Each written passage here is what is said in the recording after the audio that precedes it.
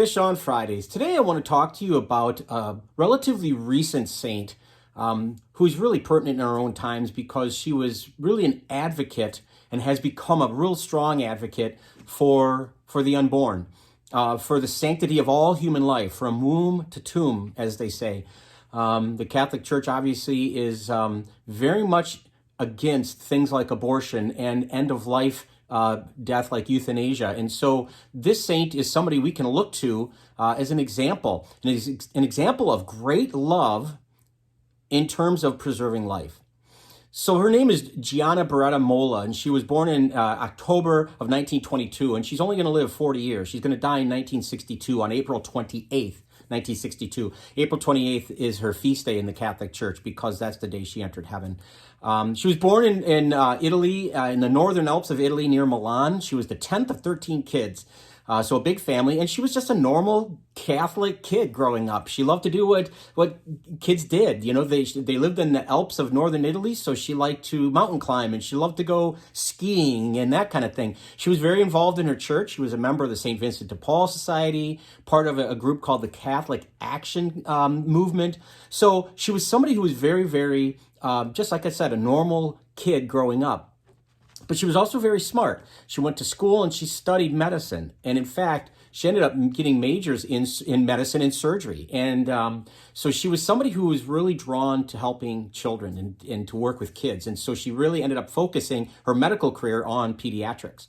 And because this was such a strong focus for her, in 1952, she opened up her own clinic for children, and it was in a small town near where she lived. And it's in that town where she met a man named Pietro Molla. Pietro Molla was an engineer, and they fell in love, and 3 years later, 1955, they got married.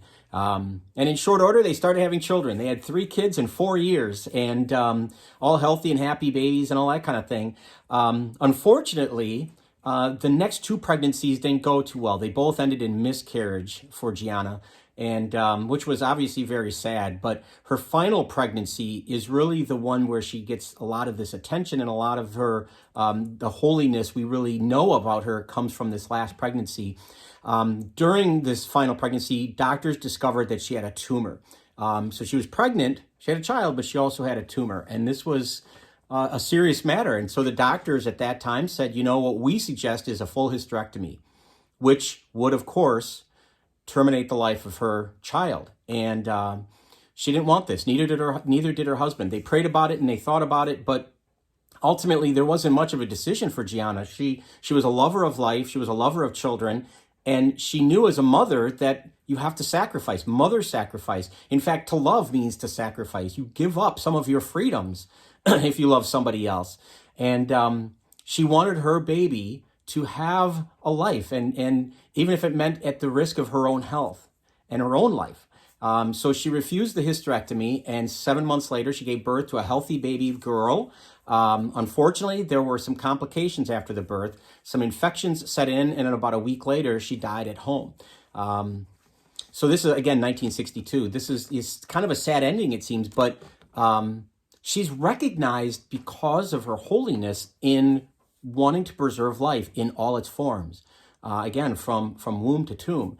And unfortunately, we live in a society today that John Paul II called the culture of death, where, you know, it's a throwaway society, that if it's an inconvenience for us, we can cast it aside. And Gianna's a reminder that life is too precious, that if we love another, it means to give up our own freedom, potentially, or some of it. And it means that we have to live those words that Christ said, to give one's life for a friend. There's no greater love than to give one's life for a friend. And in this case, Gianna gave her life for her daughter. But over and above all of that, just think about Gianna in this way. We all face tough decisions. Every day we face decisions, little ones, what shoes should I wear, whatever. But we all have big decisions we have to face from time to time. And Gianna had to face this big decision. And because of prayer and discernment, she was able to come to a conclusion that life was too precious to discard. And holiness often comes to us through those tough decisions. There's no way around them, really. We have to go through them. And Gianna gives us that great example. What an inspiration of somebody who shows that tough decisions can lead to holiness.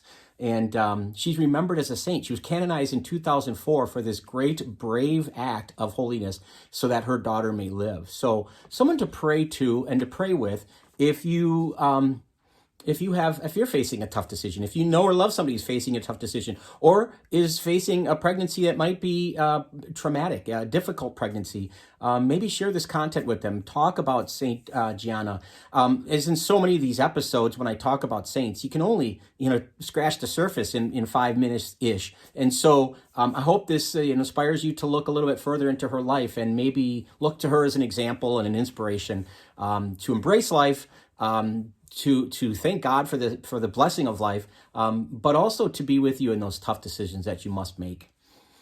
Thanks for watching. I hope this has been helpful. Please as I said, please feel free to share this content. We'd love it if you would subscribe to our YouTube channel, follow us on Facebook. But either way, please keep tuning in every Friday for Fish on Fridays. Until next time, please be good to each other and God bless.